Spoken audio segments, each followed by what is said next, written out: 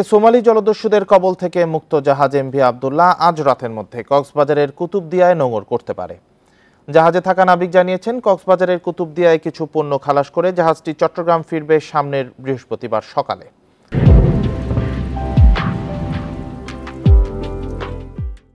আরব আমিরাতের ফুজাইরা বন্দর থেকে গত 1 মে চট্টগ্রামের উদ্দেশ্যে রওনা দেয় এমভি আবদুল্লাহ।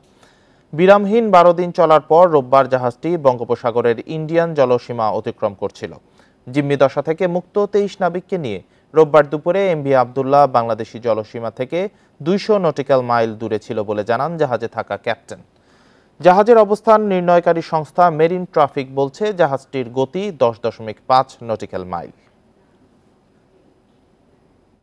আগামীকাল 13 মে রাত 8টা থেকে 10টা আশা করা যায়।